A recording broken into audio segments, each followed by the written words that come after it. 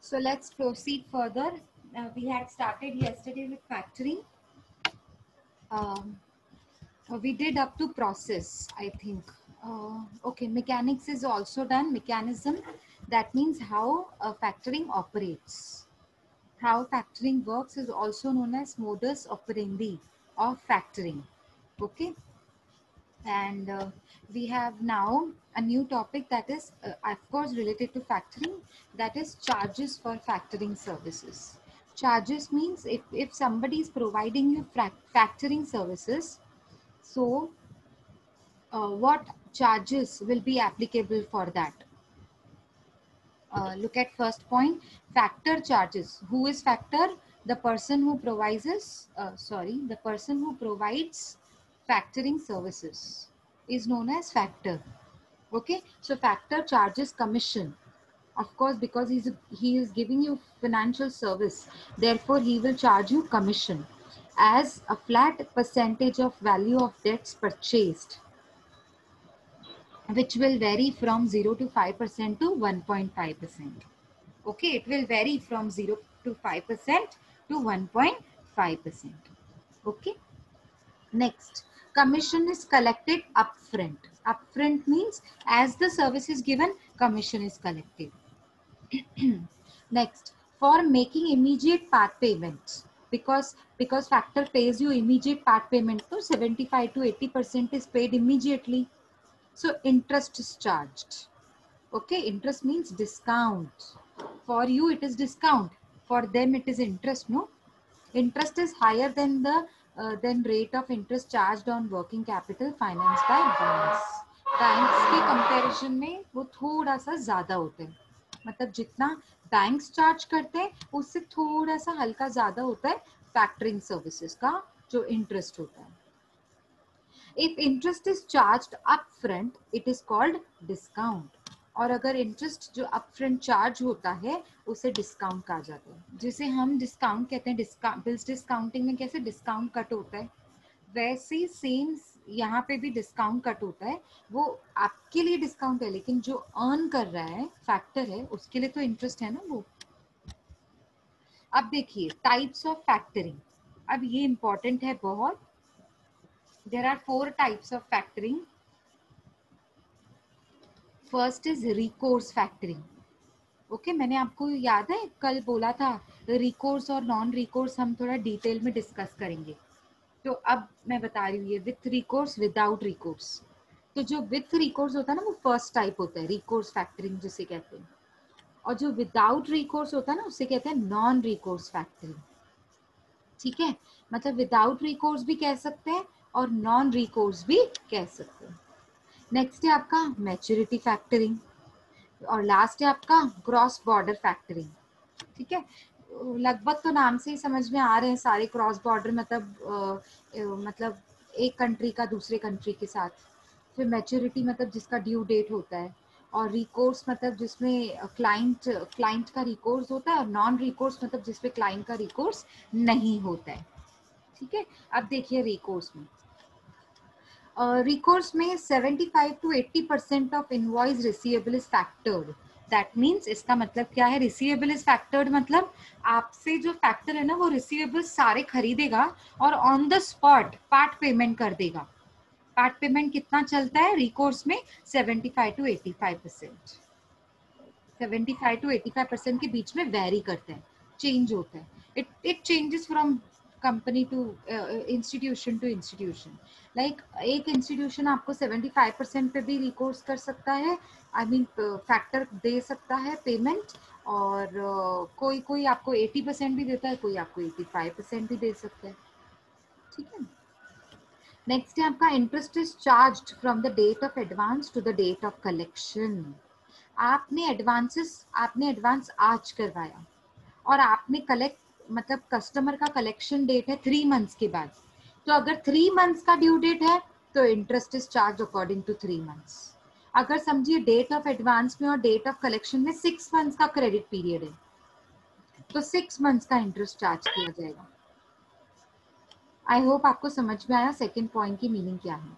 Interest is charged from the date of advance to the date of collection. Means factor is giving you service today. Right from today, you have sold all your bills to factor, all your book debts to factor. So right from today till the date of collection from the customer, you have to calculate the days between. Okay, and in between, suppose there are 3 months, so interest will be charged according to 3 months. Suppose there are 4 months, interest will be charged according to 4 months, which will be bit higher than 3 months. So I hope you understand here. Interest is charged from date of advance to date of collection. What does they mean? Okay, so I hope you understand this sentence also. Did you understand? Yes, ma'am. Okay, very good. So next statement is factor purchases receivables. Now factor is purchasing all receivables on a condition that he is purchasing all the receivables, all the book debts of your company. But there is one condition that he puts. Now what is that condition that he puts? That loss arising on the account of, this is very, very, very important. And this is where I can explain you what is recourse. Through this point, you will be able to understand what do you mean by recourse. I've already explained you in short yesterday only. But let me tell you this way. A factor purchases all the receivables of your company on a condition that loss arising on account of non-recovery, loss arising on account of non-recovery will be borne by client. That means, suppose I am a businessman, okay, Mr. A is my customer, okay, and there are so many customers to me, not only Mr. A, okay. So I have taken you as my factor. You are providing me factoring services, okay. Now you are my factor. Now suppose you give me advance. I sold all my book debts to you, all my book debts to you.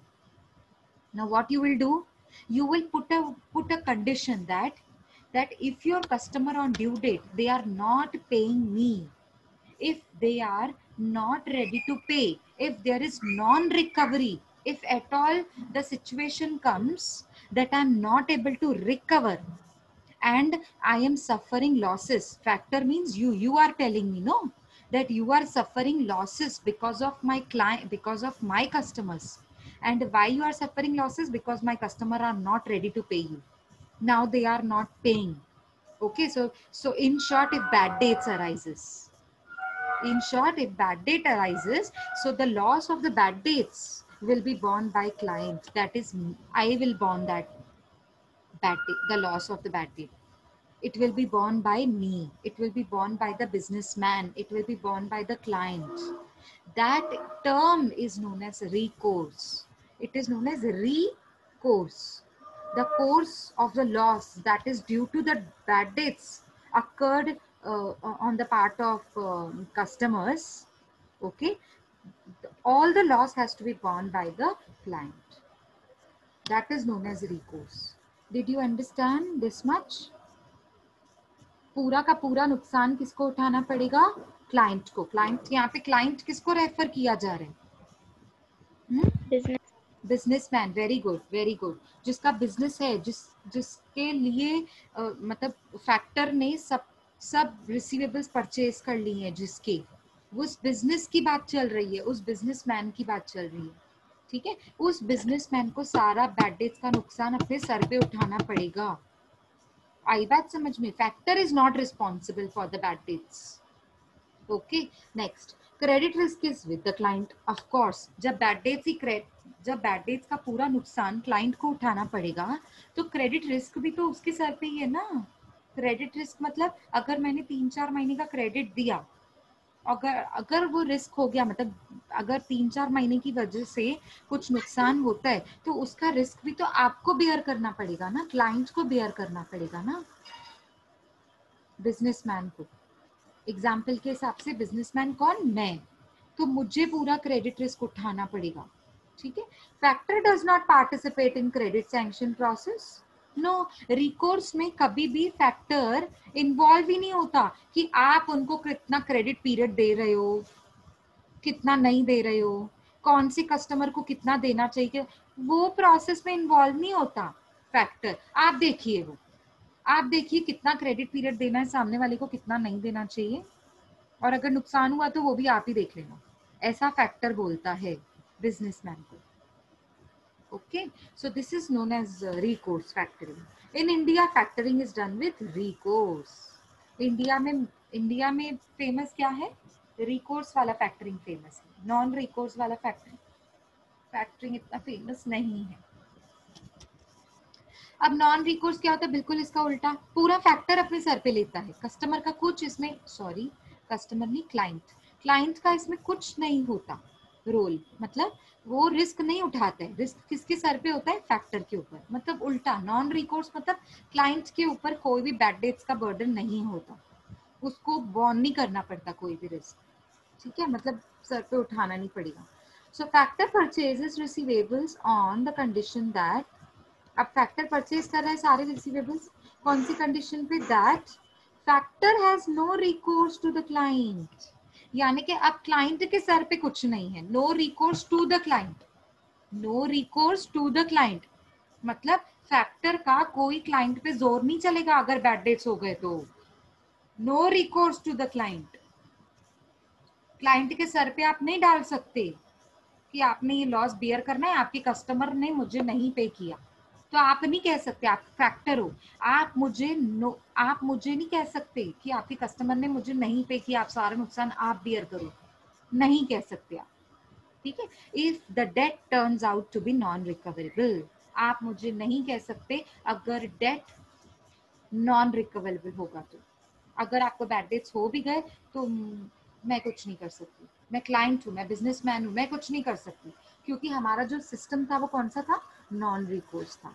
मतलब अभी इसमें client bad debts का burden नहीं उठा पाता, ठीक है, नहीं उठाएगा। सो क्रेडिट रिस्क किसके सर पे आता है? फैक्टर के ऊपर आता है। इसमें किसके ऊपर था? क्रेडिट रिस्क इसमें किस पर था? क्लाइंट के ऊपर, यहाँ पर फैक्टर के ऊपर। I hope you understand who is factor, whom we Yes, call, ma'am. yes, whom we call factor as, Who discounts our bills? yes, who discounts our bills, who, who purchase who book purchase the debts, bills from the yes, client. yes, who purchase all the bills from the clients। और सिर्फ bill नहीं खरीदता है, आपको actually bill बोलना ही नहीं चाहिए, आपको क्या बोलना चाहिए? सारे बुक डेट्स, सारे बुक डेट्स मतलब सब आ गया ना उसमें, सब उसको मैनेज करना, उसके अकाउंट्स को मैनेज करना, और उसके कितने डेट्स रह गए हैं, किस कस्टमर से कितना कब कलेक्ट करना है, टाइम मैनेज करना, ठीक है, कौन से कस्टमर को कितना क्रेडिट पीरियड देना चाहिए, कितना नहीं, वो सब देखता है। समझ में आया? तो बुक डेट्स बोला तो बुक डेट्स खरीद लेता है ना वो, उसमें सब कुछ आ गया। सिर्फ बिल्स खरीदना तो बिल डिस्काउंटिंग में होते हैं, ठीक है। वो तो मैं आपको समझाने के लिए कंपैरिजन करती हूँ, इसके लिए मैंने आपको बिल बिल का वर्ड थोड़ा बताया जिससे आपको ज्यादा क्लियर हो जाए, ठीक है। अभी देखो नेक्स्ट है हायर कमीशन इज चार्ज्ड। देखो इसमें ना कमीशन थोड़ी ज्यादा होती है, किसके कंपैरिजन से? रिकोर्स के कंपैरिजन से। क्यों?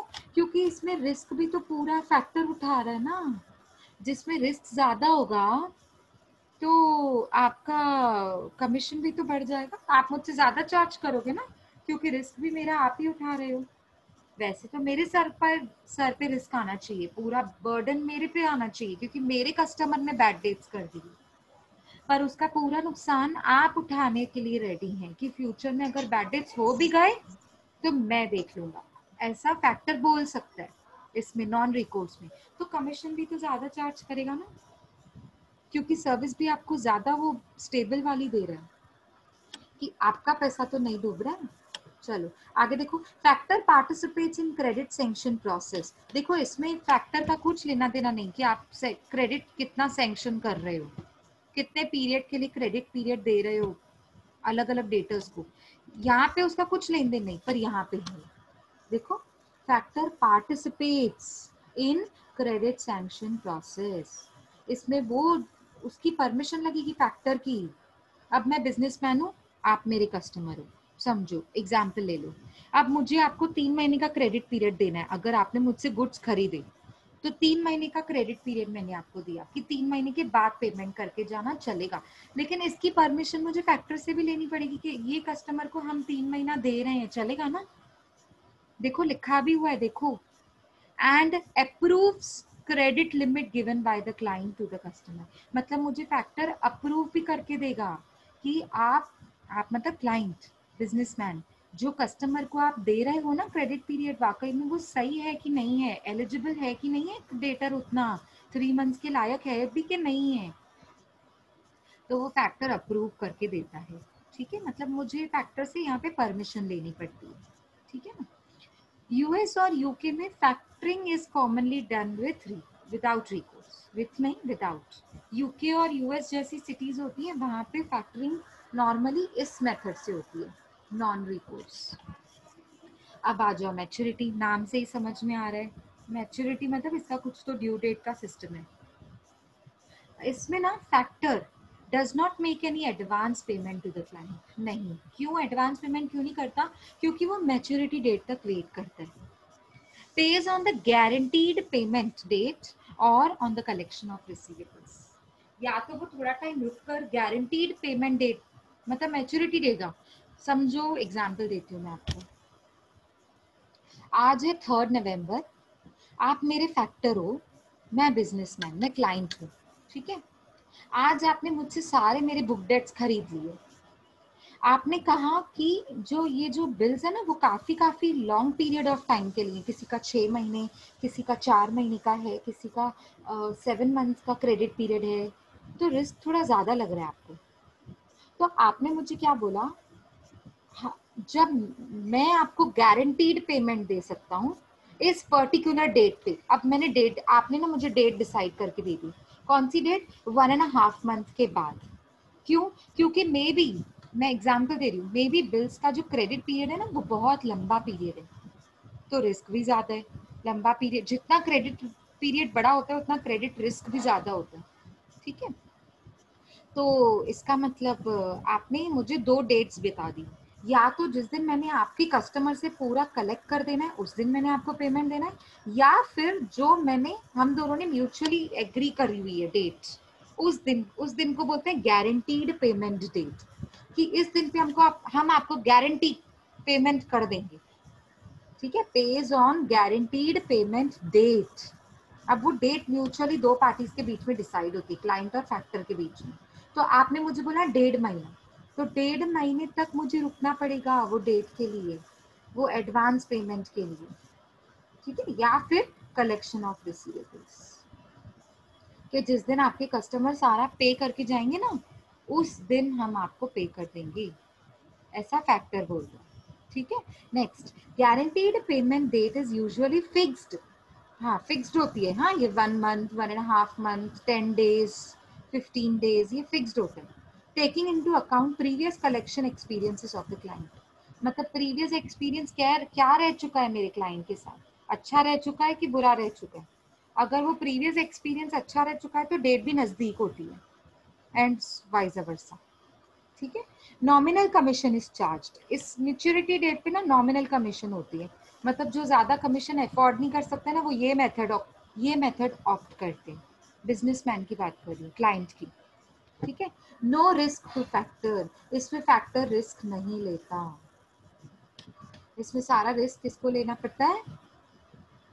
क्लाइंट को। क्लाइंट को। Very good, very good. ये था आपका मैच्योरिटी। अब आते हैं क्रॉस बॉर्डर। अब क्रॉस बॉर्डर से तो नाम से ही समझ में आ गया, ये तो कंट्री के बाहर की बात कर रहे हैं। मतलब 2 कंट्रीज का बीच में ट्रांजैक्शन जब भी होता है ना, 2 कंट्रीज के बीच में, between 2 countries, then it is known as cross border factoring. That means there are 4 parties involved. Similar to domestic factoring होता है ये, ओके, सिमिलर होता है, सर्विसेज सेम होती हैं। ठीक है, लेकिन इसमें क्या होता है, 4 पार्टीज इन्वॉल्व होती हैं। एक एक्सपोर्टर, मतलब समझो अब इंडिया एक्सपोर्टर है, एग्जाम्पल ले लो, इंडिया एक्सपोर्टर है, तो एक्सपोर्टर मतलब मैं, समझो इंडिया में बैठी हूँ, मैं एक्सपोर्ट कर रही हूँ आपकी कंट्री में, यूएस की कंट्री में, तो आप हो जाएंगे इंपोर्टर, मैं हो जाऊंगी एक्सपोर्टर। अब एक्सपोर्टर अपने फैक्टर को अपॉइंट करेगा, उसे कहते हैं एक्सपोर्ट फैक्टर, और इंपोर्ट जो इंपोर्टर है वो अपने फैक्टर को अपॉइंट करेगा और उसे कहते हैं इंपोर्ट फैक्टर। इसको टू फैक्टर सिस्टम बोलते हैं। टू फैक्टर सिस्टम क्यों है? क्योंकि इसमें टू फैक्टर्स हैं, एक एक्सपोर्टर का भी फैक्टर है, एक इंपोर्टर का भी फैक्टर है, इसीलिए इसको कहते हैं two factor system of factoring. अच्छा, यहाँ तक तो सबको समझ में आ गया। अब आगे देखते हैं क्या लिखा हुआ है। यस, वो अपने अपने फैक्टर को, अपनी अपनी कंट्री में से अपने अपने फैक्टर को अपॉइंट करेंगे। ठीक है, बराबर बोला, वेरी गुड हलीमा।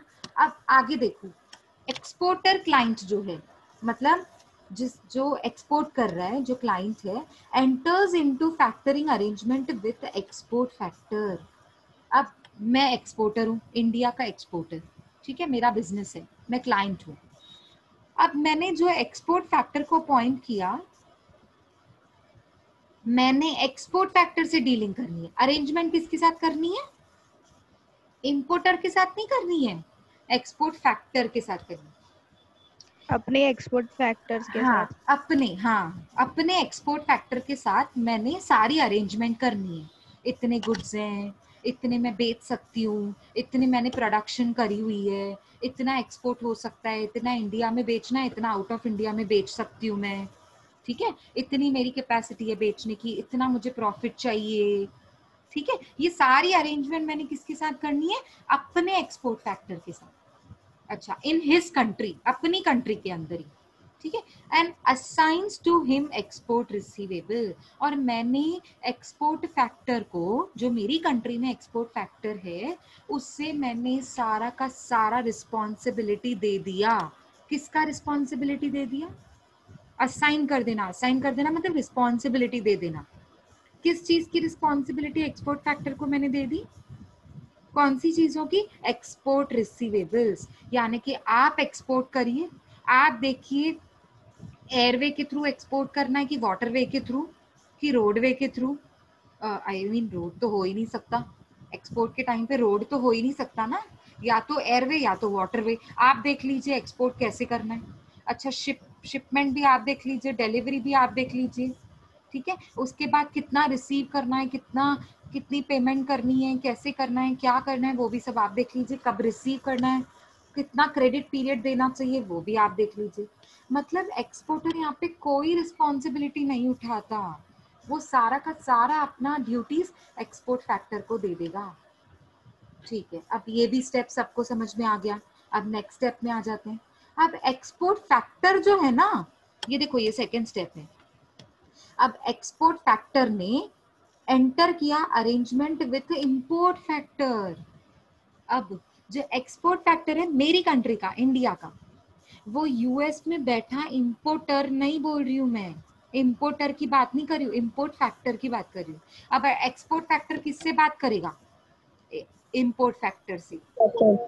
आई बात समझ में? जैसे एक कॉलेज का प्रिंसिपल दूसरे कॉलेज के प्रिंसिपल से बात करेगा, स्टूडेंट से थोड़ी बात करेगा। आई बात समझ में? कुछ भी रूल्स एंड रेगुलेशंस लाने हो तो इम्प्लीमेंट ऐसे किया जाता है ना, अपने लेवल के लोगों से बात करेंगे ना। तो export factor enters into arrangement with import factor. हाँ, दोनों फैक्टर्स कम्युनिकेट करेंगे।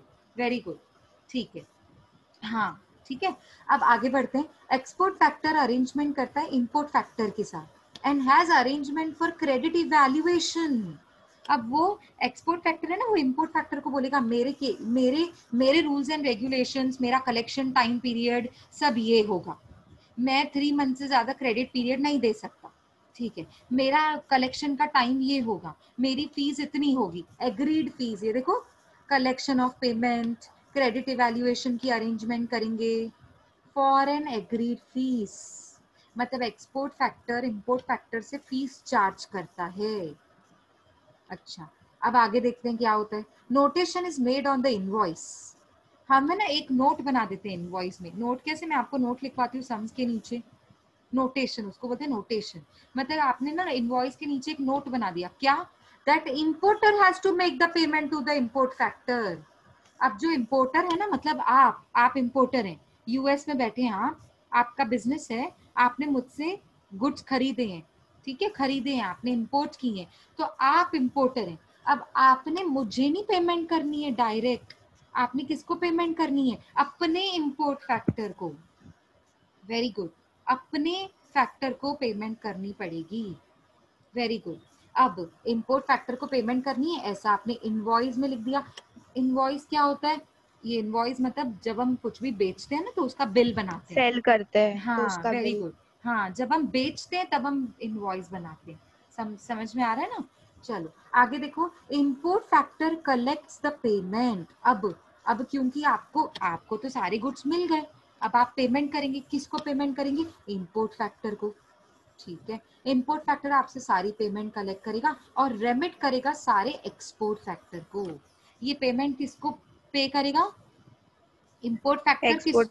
Very good. इंपोर्ट फैक्टर के जैसे ही हाथ में कैश आ जाएगी, वैसे ही वो पूरी की पूरी कैश रेमिट मतलब पहुंचाएगा, डिपॉजिट करेगा। किसको? एक्सपोर्ट फैक्टर को। अब एक्सपोर्ट फैक्टर क्या करेगा? हु पासेस फिर ऑन द एक्सपोर्टर को। Yes, who passes on the proceeds to the exporter, मतलब अपनी फीस निकालकर उसमें से बाकी का अमाउंट पूरा का पूरा एक्सपोर्टर को पेमेंट करेगा। Very good, it's like a cycle. ठीक है, आफ्टर एडजस्टिंग हिज एडवांस, मैंने भी वही बताया। एक्सपोर्ट फैक्टर क्या करेगा? अपनी फीस उसमें से निकाल कर, समझो आपके एक्सपोर्ट फैक्टर को 2 करोड़ रुपए आए, 2 करोड़ रुपीज। उस 2 करोड़ में से 50,000 रुपीज उसकी फीस है, तो 50,000 रुपीज निकाल कर बाकी की पेमेंट एक्सपोर्टर को कर देगा वो। ठीक है, अच्छा लास्ट क्या बोलता है? Where foreign currency is involve, factor covers exchange risk also. मतलब यहाँ पे फैक्टर को उठाना पड़ता है एक्सचेंज रिस्क। कौन उठाता है exchange risk? Factor. Exchange risk क्या होता है? समझो मैंने एक्सपोर्ट किया था 1 जनवरी को, जिस दिन $1 का रेट था 50 रुपीज। अब मुझे 3 महीने के बाद पैसा मिला, मतलब 1 अप्रैल को पैसा मिलेगा। जनवरी, फरवरी, मार्च को छोड़ के 1 अप्रैल को पैसा मिलेगा, 3 महीने के बाद। उस दिन रेट था $1 इज इक्वल टू 49 रुपीज।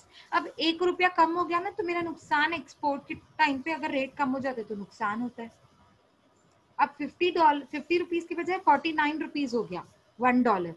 तो करेंसी के रेट की चेंजेस की वजह से जो मेरा नुकसान हो रहा है ना, मैं एक्सपोर्टर की बात कर रही हूँ, मैं एक्सपोर्टर हूँ, जो मेरा नुकसान हो रहा है ना वो मैं नहीं बेयर करूंगी। कौन बेयर करेगा? फैक्टर। मतलब फैक्टर अपने सर पे सारे नुकसान को उठाएगा, एक्सचेंज रिस्क की वजह से जो नुकसान होता है। एक्सचेंज रिस्क मतलब currency exchange risk. $1 is equal to 50 rupees, लेकिन जब मैंने पेमेंट रिसीव करने की डेट आई तब $1 इज इक्वल टू 49 हो गया, तो 1 रुपया कम मिलेगा ना मुझे $1 पे। 1 रुपया कम नहीं मिल रहा है, $1 पे 1 रुपया कम मिल रहा है। अब बात समझ में आई? तो लाखों का नुकसान हो सकता है ना, तो वो लाखों का नुकसान मैंने नहीं बेयर करना है, फैक्टर ने बेयर करना है। ठीक है, ऐसे केसेस में ना कमीशन भी ज्यादा होती है। क्रॉस बॉर्डर फैक्टरिंग में कमीशन कंपैरेटिवली ज्यादा होती है। समझ आया सबको इतना? Okay, so next point is functions of factoring. अब क्या क्या फंक्शंस होते हैं फैक्टरिंग के? टाइप्स हो गए हाँ हमारी। कितने टाइप्स थे? रिकोर्स बोलिए। Yes, non recourse. रिकोर्स का मतलब क्या होता है?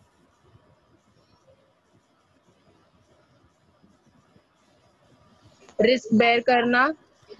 Who takes all the risk recourse में? क्लाइंट। वेरी अपने गुड, कंट्री में very factoring good. Sorry client होता है, अनदर कंट्री में फैक्टरिंग करता है risk.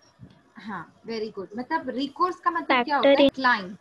Client take all the risk. Non recourse में client does not take any risk. Factor लेगा risk. Factor yes, take all factor factor take take all all the the risk. Very good. Maturity मतलब एक maturity date decide होती है जिस दिन factor आपको payment करता है, advance payment on the spot नहीं करता है। क्रॉस बॉर्डर में क्या होता है? दो दो कंट्रीज के कंट्री। बीच, between two countries between two between two और कंट्रीज कंट्री। होता है, और इसमें 4 which involves parties. 4 participants. Very good, very good. 4 participants होते हैं इसमें, 4 पार्टीज इन्वॉल्व होती हैं। which import is yes. export factor, factor, import factor, importer. importer. Very good, very good. And there is a cycle that has to be followed. जैसे Yes. principal will communicate to head of the department, and head of the department will communicate to teachers of the department, teachers of the department will communicate to students. ऐसा chain बना हुआ रहता है ना, so this chain has to be followed. Same, Hierarchy. similarly, hierarchy. Very good. चलो अभी आगे बढ़ते हैं functions पे. Functions of the factoring. अब function factoring के functions क्या होते हैं देख लेते हैं एक बार. Maintenance of sales ledger. आपको सारे सेल्स लेजर आपने मेंटेन करने होते हैं, फैक्टर को मेंटेन करने होते हैं, ये हमने पहले भी पॉइंट करी हुई है. Next, collection of accounts receivables, मतलब आपने ये देखना है कि कब किससे कितना अमाउंट कलेक्ट करना है. ठीक है, कलेक्शन की ड्यूटी पूरी आपकी रहेगी.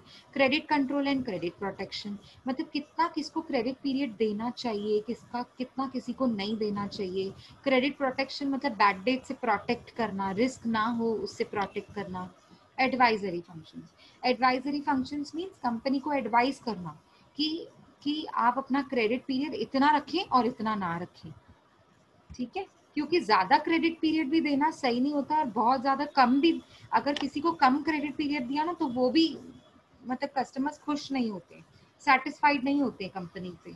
तो इसलिए हम लोग को बैलेंस करके चलना पड़ता है.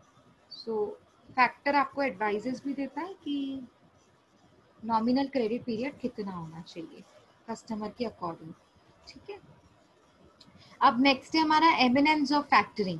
एमिनेंस का मतलब यहाँ पे क्या है, एमिनेंस का यहाँ पे मतलब है यू कैन से हम जिसे कहते हैं बेनिफिट्स, मतलब कहाँ पे हमारे रूप होल्स रिमूव हो जाते हैं, हमारे लिए बेनिफिट्स क्या क्या होते हैं जब फैक्टरिंग इन्वॉल्व होता है. ठीक है, फैक्टरिंग सर्विसेज इन्वॉल्व होती है जब. तो factoring provides a large and quick boost to cash flow. अब मैंने सारे बुक डेट्स आपको भेज दिए, तो मेरे पास अच्छा खासा amount, a large cash inflow मतलब मेरे पास अवेलेबल होता है so that I can run my business smoothly. ठीक है, नेक्स्ट, मैनी फैक्टरिंग कंपनीज, मतलब बहुत ज्यादा फैक्टरिंग कंपनीज है ना, so prices are also competitive. Prices are usually competitive, मतलब आप, क्योंकि देखो एक फैक्टरिंग कंपनी नहीं है जो आपके पास ऑप्शन ही नहीं है, आपके पास बहुत सारी हजारों कंपनीज है जो फैक्टरिंग सर्विसेज देती हैं, तो प्राइसेस भी कॉम्पिटिटिव है. कॉम्पिटिटिव मतलब आप चूज कर सकते हो सस्ते में सबसे ज्यादा सर्विस किसकी सस्ती है और अच्छी है. ठीक है, किसकी सर्विस मतलब मिनिमम रेट पे चल रही है और कौन कम कमीशन चार्ज कर रहा है, उस हिसाब से आप चूज कर सकते हैं. इसे कहते हैं कॉम्पिटिटिव प्राइसेस. ठीक है, assist smooth cash flow and financial planning, मतलब आपको बर्डन उठाने की जरूरत नहीं है. सारा बर्डन फाइनेंशियल प्लानिंग भी कौन देखता है, पूरा फैक्टर देखता है. ठीक है, मतलब स्मूथ आपका काम चलेगा, कैश फ्लो भी स्मूथली चलता है, आपके हाथ में ऑलरेडी कैश एडवांस में आ जाती है and your business goes smoothly. Protected from bad debts, कब, जब नॉन रिकोर्स होगा, जब क्लाइंट बैड डेट सर पे नहीं उठाते, फैक्टर उठाते, तो फैक्टर जानता है कि कैसे मुझे सारे पैसे वसूल करने कस्टमर से, तो बैड डेट से प्रोटेक्ट हो जाओगे ना आप.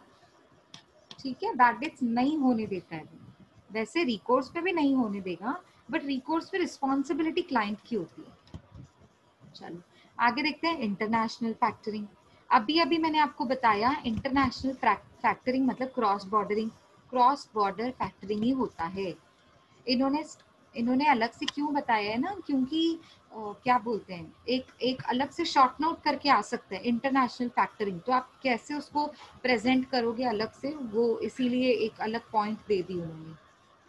देखो पहले, सबसे पहले ये प्रोसेस है ना इंटरनेशनल फैक्टरिंग का, ये प्रोसेस बताया है.